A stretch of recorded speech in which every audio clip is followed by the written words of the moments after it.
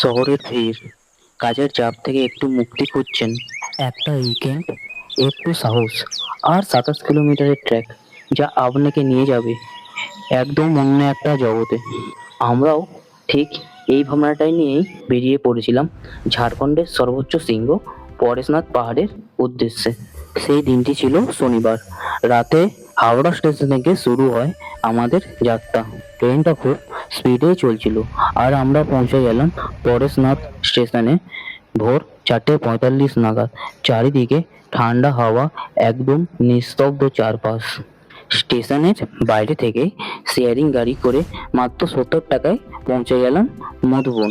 এখান থেকেই শুরু হয় পরেশনাথের ট্র্যাক। তখন ভোর 5টা। আমরা পা রাখলাম পাহাড়ের পথে। ধীরে ধীরে সূর্য উঠছে, আর আমরা ঢুকে পড়ছিলাম জঙ্গলের গভীরে। পাখির ডাক, ঠান্ডা হাওয়া, আর এক অদ্ভুত শান্তি। একটা কুকুর শুরু থেকেই আমাদের সঙ্গী হয়ে গেল। পুরো ট্র্যাকটা জুড়ে আমাদের সাথেই হাঁটছিল, যেন আমাদের গাইড। পথে যেতে যেতে আমাদের মনে হচ্ছিল প্রতিটা ধাপ যেন একটা চ্যালেঞ্জ, কিন্তু প্রতিটা দৃশ্য তার থেকেও ছিল বড় পুরস্কার আমাদের কাছে। তখন দুপুর 12টা। অবশেষে আমরা পৌঁছে গেলাম চূড়ায়। এইটাই ঝাড়খণ্ডের সবচেয়ে উঁচু পয়েন্ট, পরেশনাথ পাহাড়। চারদিকে শুধু পাহাড়, মেঘ আর অসীম নীরবতা। কিছু এমন জায়গা আছে যেখানে পৌঁছালেই মনে হয় সব পরিশ্রম সার্থক।